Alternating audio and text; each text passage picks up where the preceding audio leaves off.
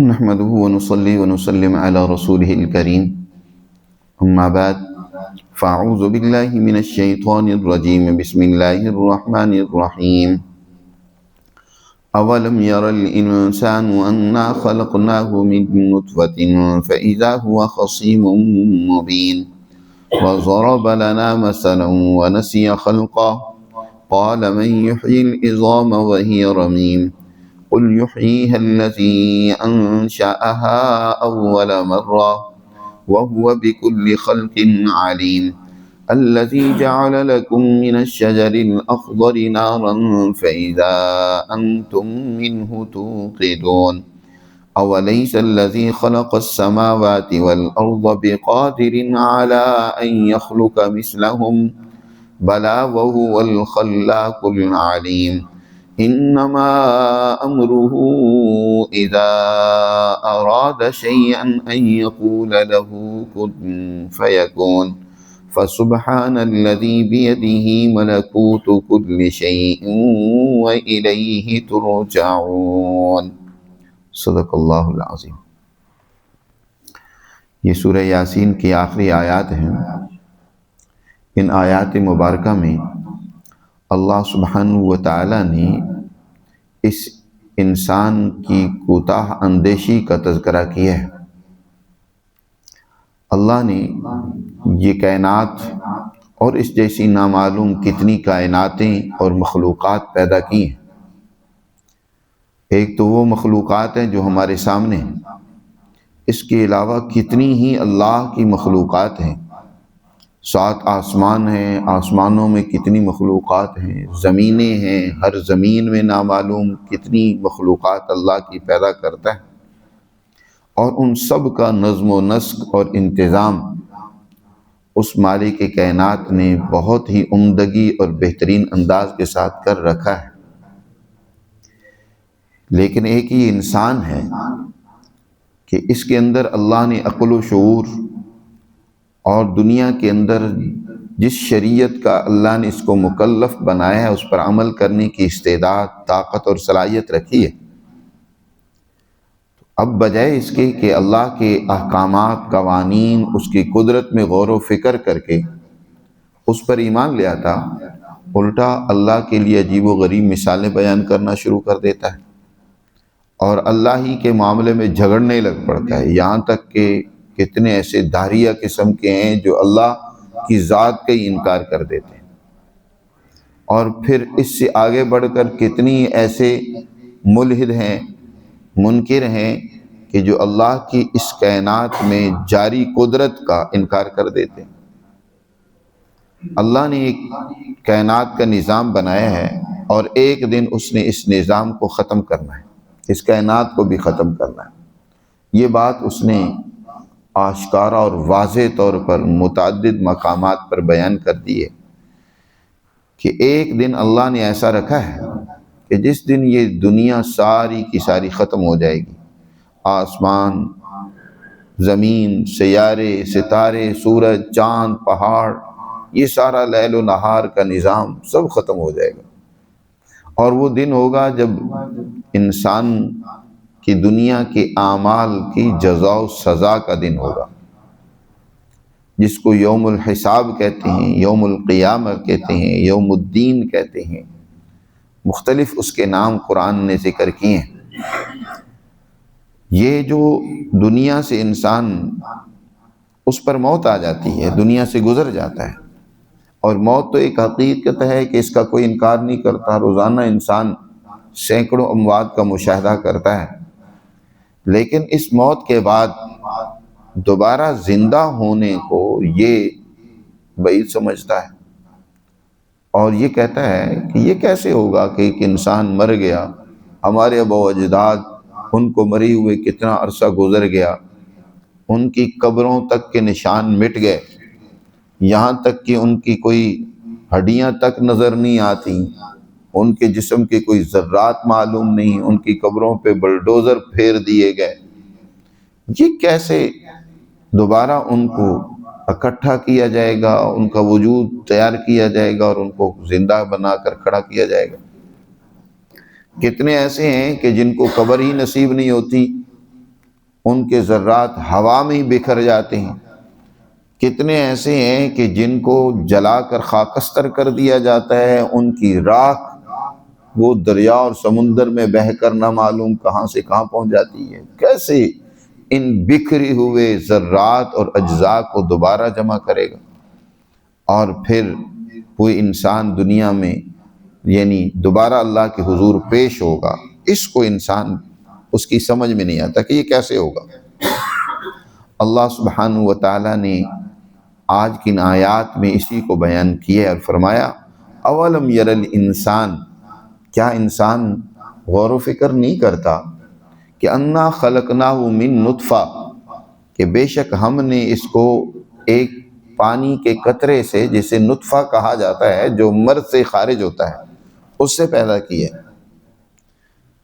اب یہ واضح طور پر اللہ کا مقابلہ کرتا ہے، اللہ کی قدرت کے معاملے میں جھگڑتا ہے۔ ذرا دیکھیں تو صحیح کہ جس قطرے سے اس انسان کی تخلیق ہوئی ہے، کیا اس کے اندر انسان نظر آتا تھا؟ اس کے اعضاء موجود تھے، اور پھر وہ خود نطفہ جس خون سے تیار ہوا، وہ خون جس غذا سے تیار ہوا، وہ اس کائنات میں بکھری ہوئی نہیں تھی؟ نہ معلوم کہاں کہاں یہ غذا پڑی تھی، کہاں تیار ہوئی، اور پھر اس غذا کو اس انسان نے کھایا، اس کا خون بنا، پھر اس سے کیسے نطفہ تیار ہوا، اور پھر اس سے کیسے وہ نطفہ مادر رحم میں پہنچا، اور پھر اس سے یہ انسان تیار ہوا۔ تو جس ذات نے اس کائنات میں بکھرے ہوئے ذرات کو اس طریقے سے پہلی دفعہ جمع کیا، تو کیا وہ دوبارہ اس انسان کو بنانے پر قدرت نہیں رکھتا؟ دنیا کی یہ حقیقت ہے کہ کسی چیز کو پہلی مرتبہ بنانا مشکل ہوتا ہے۔ جب ایک طرف بنا لی تو اب کاپی پیسٹ کرنی ہے، اب اس جیسی تو کہیں آپ چیزیں دوبارہ تیار کر سکتے ہیں۔ تو کیا جس ذات نے اس انسان کو پہلی دفعہ پیدا کیا اور ایک پانی کے قطرے سے بنایا ہے، تو اب وہ دوبارہ بنانے کی قدرت نہیں رکھتا؟ یہ اللہ کی قدرت کے معاملے میں جھگڑتا ہے۔ وَضَرَبَ لَنَا مَثَلًا، اور ہمارے لیے مثالیں بیان کرتا ہے، وَنَسِيَ خَلْقَ، اور اپنی ابتدائی تخلیق کو یہ بھول بیٹھا ہے۔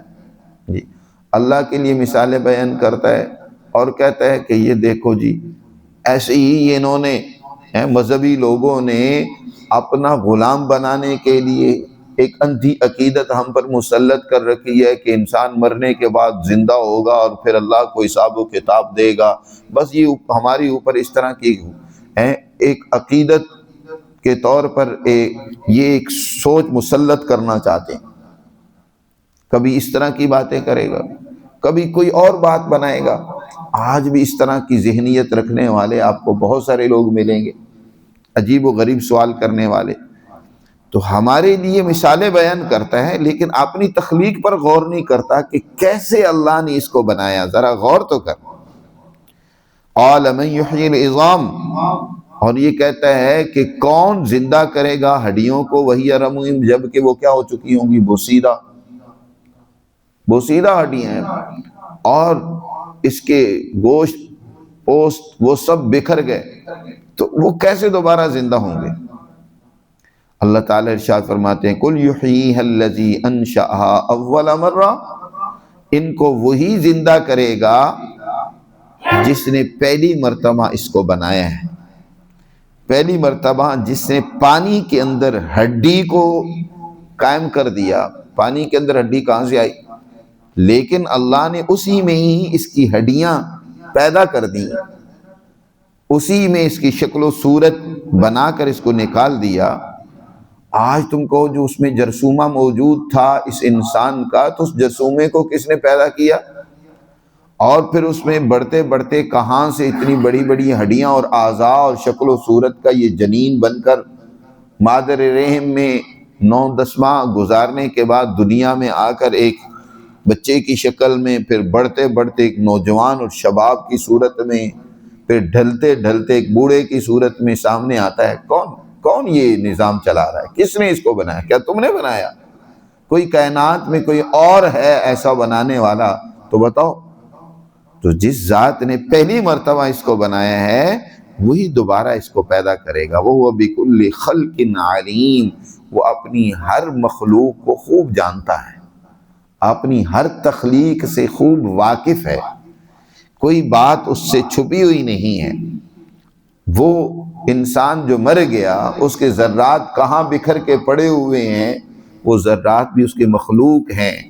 وہ جب حکم دے گا نا، کہے گا ایھا العظام البالیہ واللحوم المتمزقہ ہلموا الی الرحمن، جب اس کی طرف سے اعلان ہوگا اے بوسیدہ ہڈیو، اے بکھرے ہوئے گوشت کے ریزو اور ریشو، اکٹھے ہو جاؤ اور رحمان کی حضور پیش ہو جاؤ، تو ہر ذرہ اس وجود کا جہاں کہیں بھی ہوگا اللہ کے اس حکم کو سنے گا، وہ دوڑتا ہوا جمع ہو کر اس جسم کا حصہ بن کر اللہ کے حضور پیش ہو جائے گا۔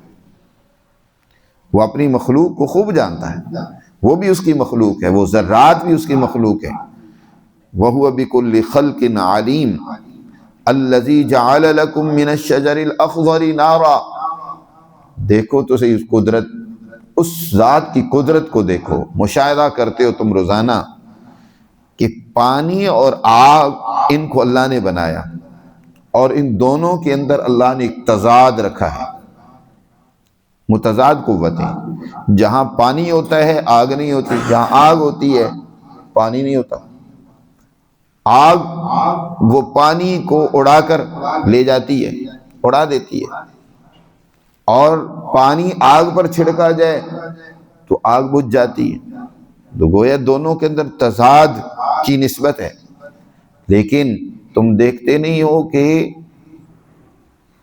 گیلی لکڑی جس کے اندر کیا ہے، پانی موجود ہے، اسی کو جب تم آگ لگاتے ہو تو وہ جلنے لگ پڑتی ہے۔ تو گویا ایک ہی جگہ میں اس نے آگ اور پانی کو بھی اکٹھا کر دیا۔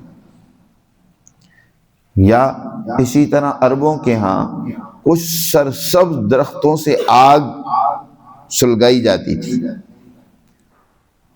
جی ان کے مختلف نام بھی آتے ہیں، مرخ، عقار، اور اسی طرح بانس وغیرہ کے کچھ ایسے درخت تھے کہ جس کو اہل عرب جب وہ ایک دوسرے کے ساتھ رگڑتے تھے تو اس سے آگ جل پڑتی تھی۔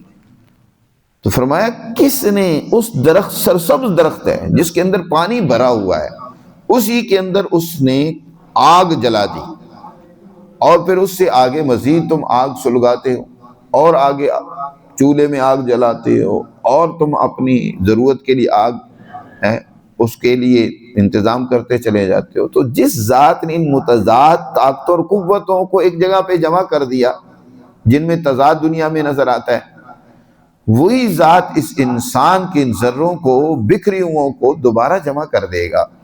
فرمایا الذی جعل لکم من الشجر الاخضر نارا، وہی ذات ہے جس نے تمہارے لیے سرسبز درخت سے آگ بنائی، پیدا کی۔ فَإِذَا أَنْتُم مِّنْهُ تُوقِدُونَ، تم اس وقت اس آگ سے مزید آگ سلگاتے ہو، مزید آگے آگ روشن کرتے ہو۔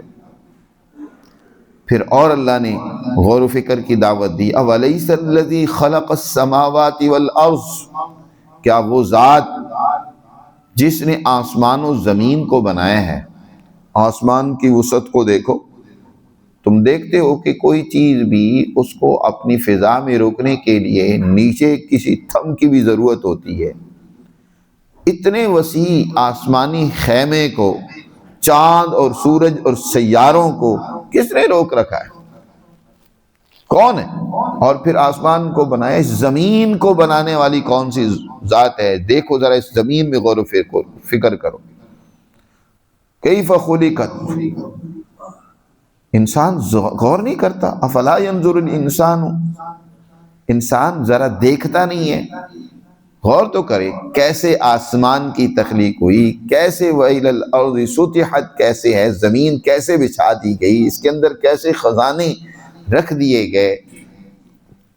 تو اللہ سبحانہ و تعالی جس نے آسمان و زمین کو پیدا کیے ہے، تو کیا وہ اس پر قادر نہیں ہے؟ اب اس کی قدرت ختم ہو گئی ہے کہ اَلَا أَن يَخْلُقَ مِثْلَهُمْ، ان جیسی معمولی چیز پیدا کر لے۔